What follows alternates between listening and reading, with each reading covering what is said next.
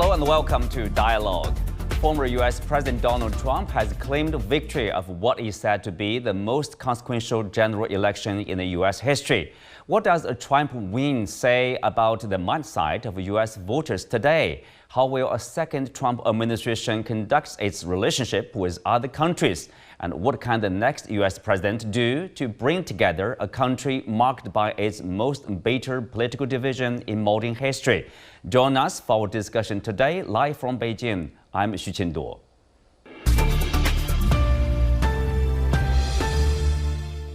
Joining me today are Anthony Moretti, Associate Professor from Robert Morris University, Peter Kuznick, Professor of Department of History at American University, Brandon Andrews, entrepreneur and former Hill staffer, and Tom Pauken II, author of U.S. versus China, From Trade Wars to Reciprocal Deal.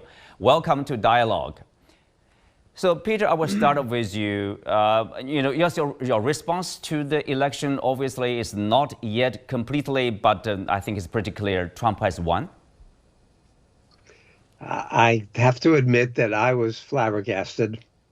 I did not think the American people would want to go back to the chaos, the bitterness, the divisiveness of the Trump presidency from 2016 to 2020. But as Zhou and Lai mentioned many years ago, one of the charming things about the American people is that they have absolutely no historical memory. And so Trump was able to weave a story about prosperity and calmness and peace during his time in office and contrast that with the Biden administration. You know, the Biden administration was very unpopular. And if we look at Biden's ratings throughout his presidency, they were historically low in many respects. But the Democrats didn't take that into consideration. So Biden would have been much better off had he said after one term, I'm going to have one successful term, then I'm going to turn this over to a younger person. But he clung to power. And by the time he finally agreed, after that disastrous debate, to hand over, it was too late for a primary, and he anointed Kamala Harris. Had there been a primary, the Democrats might have been able to choose a more effective candidate and also to figure out what the voters wanted. So this idea, we're not going back, did not resonate because many Americans wanted to go back because they were very upset about the economy, about immigration, about the direction the country was going. And the Democrats didn't hear that. Mm-hmm. Tom, I assume you think differently, obviously. I mean, your response, are you surprised with the result? Not at all. Of course, obviously, many people ask me, and I also do quite a bit of consulting on geopolitics and forecasting. So, yes, I have been predicting Trump's victory, but obviously I'm a Republican voter and a Trump supporter. So people kind of expected that. But I did some deep dive research and analysis the past few months, and I tried to be as neutral as I possibly could. And I just came to the conclusion that Trump's going to win. The main problem with the Democrat Party right now is it's no longer the Democrat Party that it was, say, 20 or 30 years ago. That was a pro-peace party. That was the anti-big business party.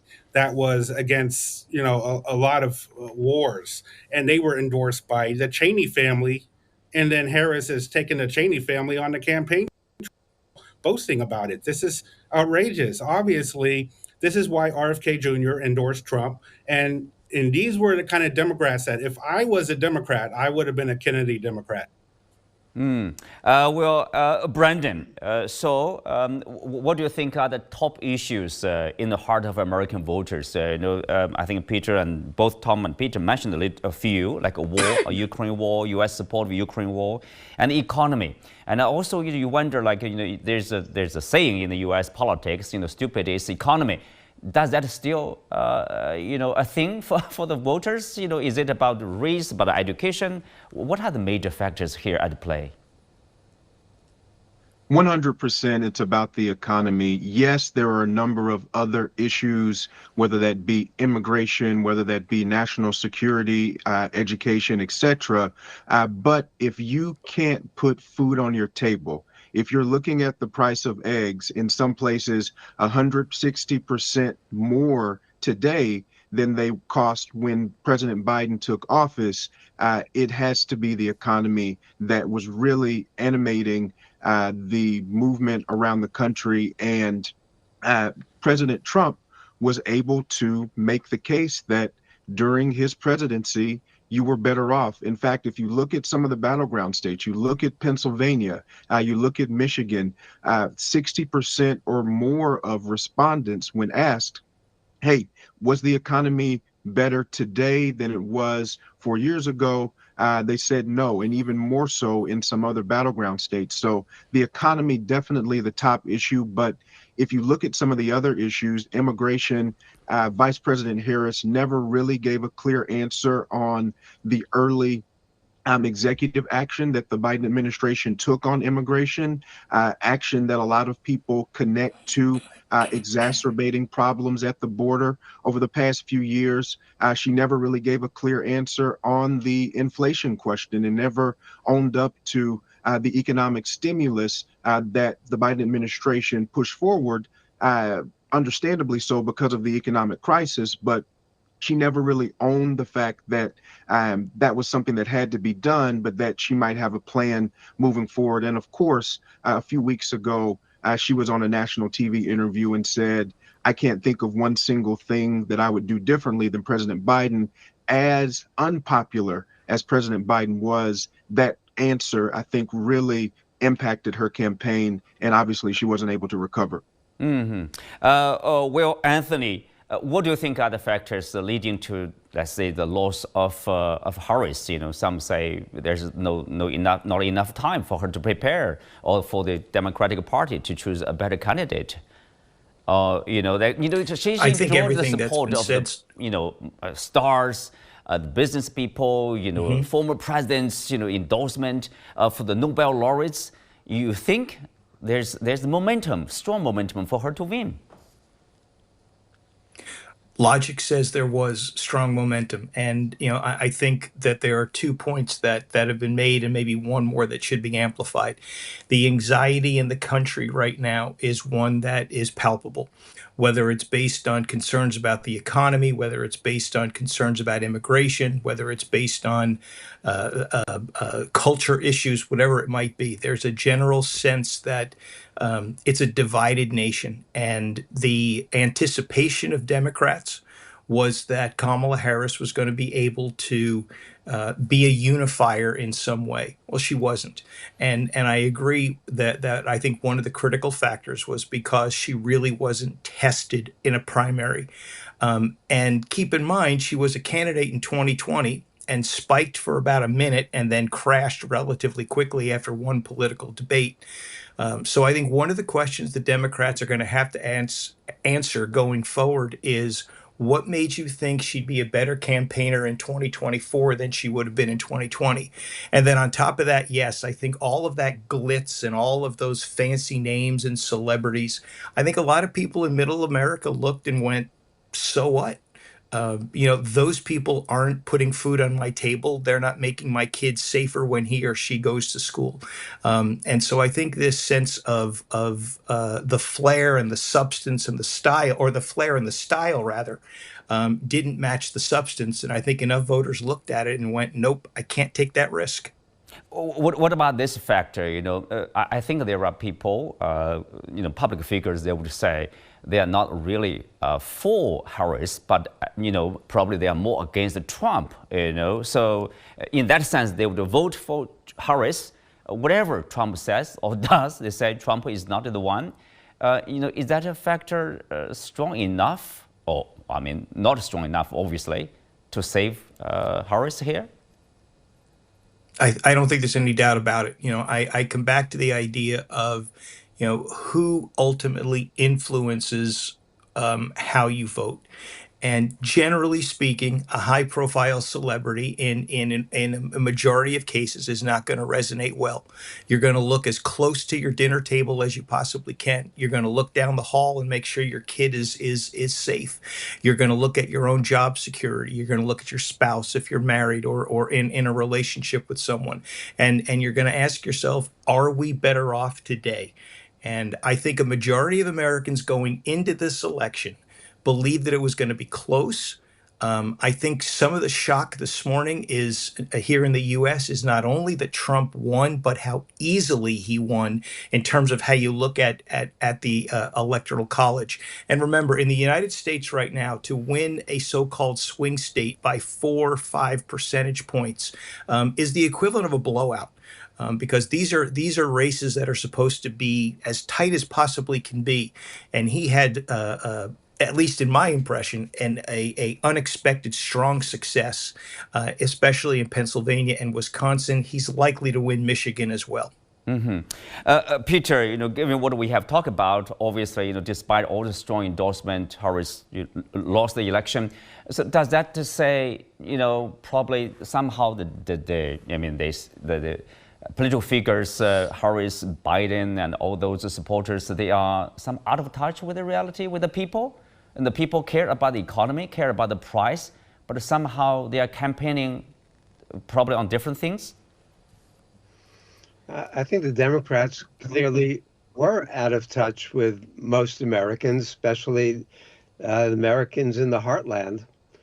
She did fairly well on the coasts and in some of the traditional Democratic strongholds, but in others, she really did not do well.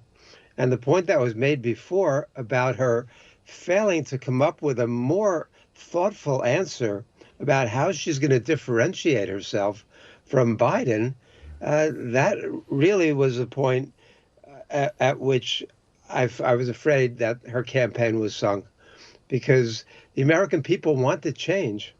And the issue was who's going to position themselves as the candidate of change.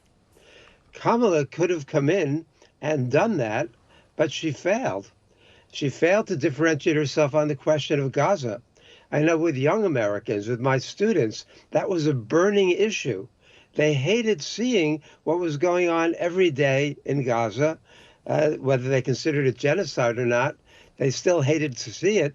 And she did not in any way really separate herself from Biden on that. And her answers on the economy and immigration tended to be vague. She did not. That's why people kept saying, I don't know her. I don't know what her policies are. I don't know what she stands for. And she did make some of that clear. I don't want to put it all on her as a candidate, but the Democratic Party as a party has become very corporate. And as Tom said, the Democrats used to be the party of peace.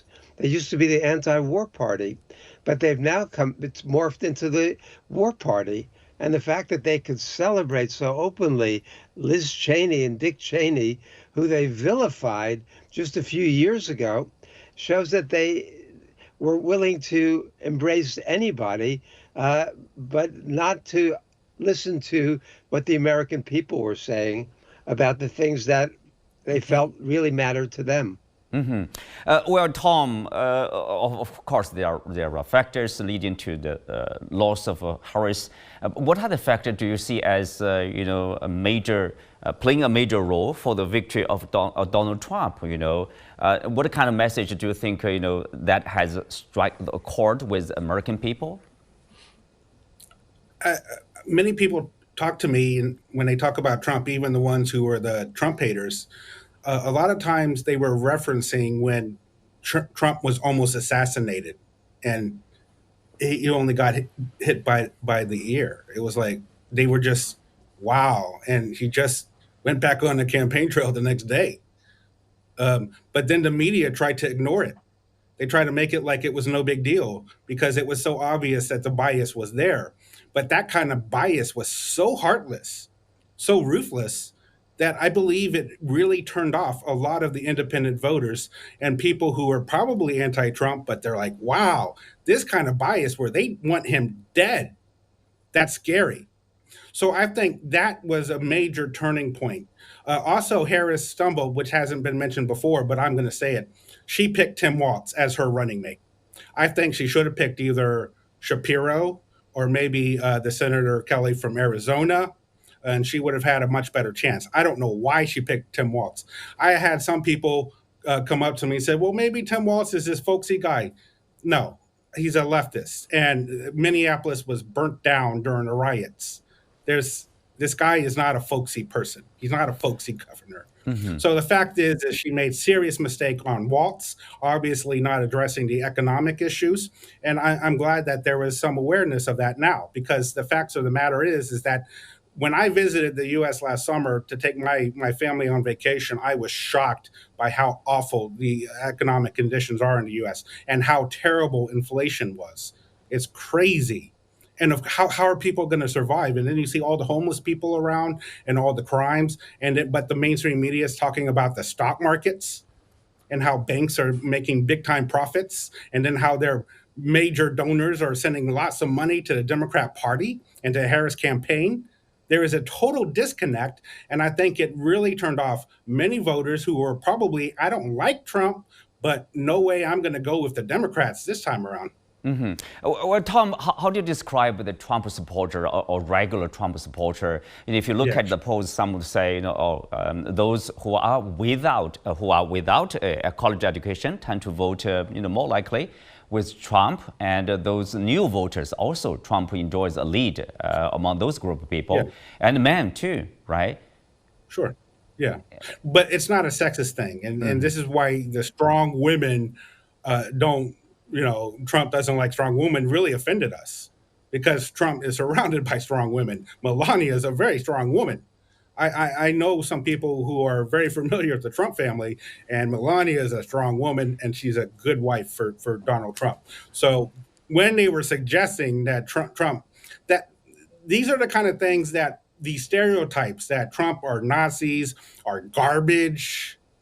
It's outrageous. You're treating us like garbage as inhuman. We are human beings like the rest of you. I'm listening to you guys. I know you guys don't love Trump, but you know what? You're saying some smart things. And I think if we had conversations together and outside this extreme polarization, I think we could have beer together and have great chats. But the problem in the polarized world right now is, like, literally, I get scared if I meet somebody and he says he's a Democrat. I don't know what to do. I mean, because a lot of times when I have met Democrats, they get so angry, they start shouting and screaming and then just say all these horrible things about Trump. And it's like, I don't know. So I get nervous myself. If we can have more reasonable discussions, I really believe the Democrat Party will rebound. This is actually very important. This is actually something I see as a positive for the Democrat Party, because they can turn against what went wrong with the Democrat Party for the past few years and become the party that they used to be. Okay? Although I'm a Republican and a Trump supporter, I support a strong two-party system. I want the Democrat Party to be great again, actually. I want them to be pro-peace. I want them to be pro-labor and fighting big business. Well, with that in mind, Brandon, let's say a strong system as usual as it is. But do you think that Trump, as a president, is he able to unite the country, which is deeply divided, as we discussed? Well, in his speech yesterday evening or early this morning in Florida, he uttered some words that I think would surprise a lot of people. He says the country needs to be healed and that he wants to heal the country. Now, you contrast that with a lot of very aggressive and even potentially violent language that's been used during the campaign by him to, maybe balance it out. But hopefully he wants to take that track moving forward to heal the country. He hasn't committed to having a Democrat in his cabinet or to bring in Dems when it comes to presidential appointees, but I think those steps would go a long way to heal the country and to show that we don't have to move forward divided, but we can move forward together. But also, I think President Trump, it's really incumbent upon him to either walk back or move in a different direction from a lot of the aggressive language that he's used, and incumbent upon folks around him and Republicans around him to make sure that some of those, I believe, more dangerous words and promises don't actually come to fruition. So yes, there's some division, and yes, there's some concern, but I think given his statements, maybe some would say those are well-founded concerns, but very encouraging to hear him say we need to unify, we need to heal in his speech, and hopefully that's what we'll have moving forward. Well, briefly, Brandon, what will happen to himself? Think about these lawsuits against him, besides the challenges domestically. Yeah.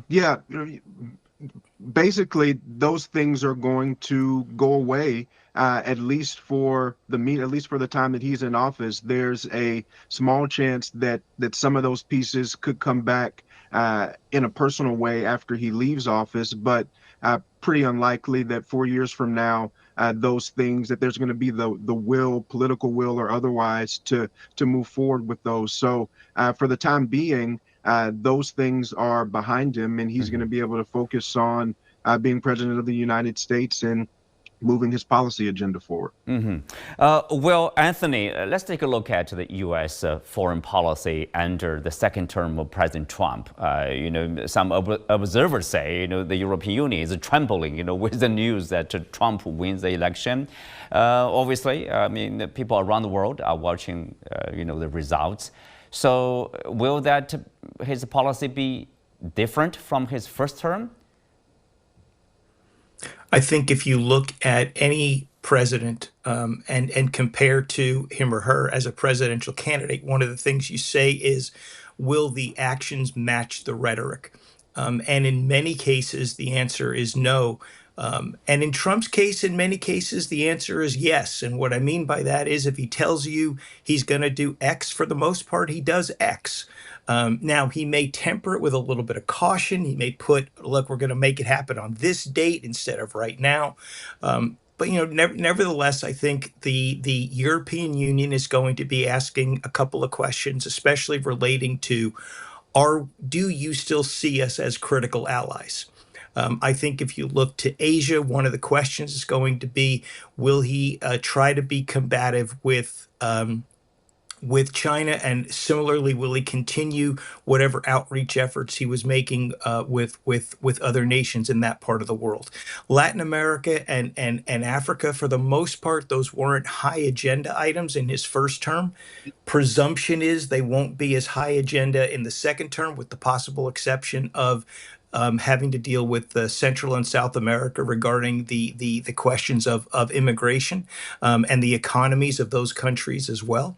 So I suspect what you're looking at is a man who is probably going to say to Central and South America, let's find ways to strengthen your economies. I think he's going to look at Europe and say, look, the relationship is there, but there are some critical questions we've got to ask. And then in Asia might be a little bit more of a wild card, because he tends to see Asia perhaps as the place where the big deal can be made. And he might be able to pull one off, especially in a second term where perhaps he has even more credibility as president than he might have when he was in office from 2017 to 2021. Well, Tom, to you, of course, President Trump, in his speech, he talked about there was no war, no new wars during his first term. And then he said he will keep his promise. So are we going to see the end of the Ukraine war? Oh, yeah, definitely. First of all, Ukraine was already losing. I think the only reason they're still fighting right now is because Biden and the Democrat Party was afraid for another war loss before November 5th. So I think Ukraine side already is tired. Their people are tired of fighting. If they keep fighting, they're just going to keep losing more land. So what you're going to see is Trump probably talk to Zelensky, also to Putin, and try to negotiate some type of fair and hopefully reasonable ceasefire agreement. Obviously, Ukraine is going to lose some land, and Trump is going to be very upfront about that. But the facts is that it's better to lose some land than all your land. Okay, it's just life. Well, they're losing to Russia. Right. If you look at the election, obviously the Republicans will also control the Senate and the Congress with the presidency. So can we say there will be less support, financial aid to Ukraine, to the European countries? Obviously, yes. And the war's got to end. There's too many people dying, okay, in Ukraine. They're soldiers. And now, in order for them to recruit soldiers, they got to go to the nightclubs and drag them out of there and beat up these poor Ukrainian men and then throw them out, throwing them into paddy wagons and then sending them out to the battlefields to go get shot and killed. Yeah. This is what's happening in Ukraine right now. Right. Well, let's shift a little bit of attention to Asia. Peter, I mean, of course, China-U.S. relationship is one of arguably the most important one. And Trump talked about imposing 60% extra tariff on Chinese imports. People also talked about, U.S. trade deficit with Vietnam. He would do something about that too. So we are going to see more intensifying a trade war with Asian countries. I think that's certainly going to be happening. Trump has said he's going to dramatically increase tariffs on Chinese goods. Doesn't want essential Chinese goods that are necessary for American national security to be in the supply line. So I think that's going to be the start. We saw the trade wars begin during his first term in office. But beyond that, you have to remember the role that Trump played with Taiwan. He was the first American president in decades to meet with the president of Taiwan. He dramatically increased arms sales to Taiwan. Before that, Taiwan was not that big an issue. There was not that much tension over Taiwan, but Trump ramped it up. And so what we've seen under Biden is a general broad militarization of the Pacific. And we've seen American generals like Minihan say he thinks the U.S. and China will be at war by 2025. I think that the tendency toward hostility with China is probably going to increase under Trump. And I agree with what Tom was saying about Ukraine. I think if either candidate, regardless of which one got elected, Ukraine is pretty much finished because of the facts on the ground. I mean, the Ukrainians cannot sustain this. And so we're going to likely see a peace deal.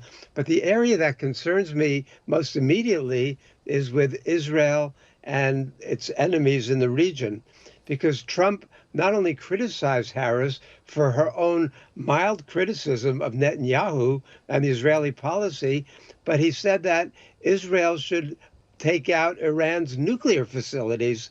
Had Israel done that, then all hell would have broken loose in the region, not only a broad regional war, but possibly beyond the Middle East as well. So I think that, and Trump was remembered, did move the embassy to Jerusalem. He's been very, very insensitive to the concerns of the Palestinians. So I see that situation as very inflammatory and even more dangerous. Can we say more, okay, you use the word more dangerous, and I'll ask you briefly, Brandon, so more uncertainty, probably more challenge around the world? Well, I think there'll be more certainty in terms of President Trump's actions. He does very often do what he says, but also some concerns for American entrepreneurs. You know, I'm an entrepreneur, I'm a small business owner, and the National Federation of Independent Businesses has surveyed regularly, and inflation is the top concern for American small business owners. If you do an across-the-board tariff, especially on goods from China, those costs are going to have to be incurred by small business owners, and small businesses don't have the same kind of wiggle room that large businesses do to be able to eat those costs, and so they're going to have to pass them on to consumers. Brandon, and so we have to stop there. Well, with that, we come to the end for today's show. Many thanks to our guests. You can also find us on the CGTN app on YouTube. I'm Xu Qinduo. Thanks for being with us. See you next time.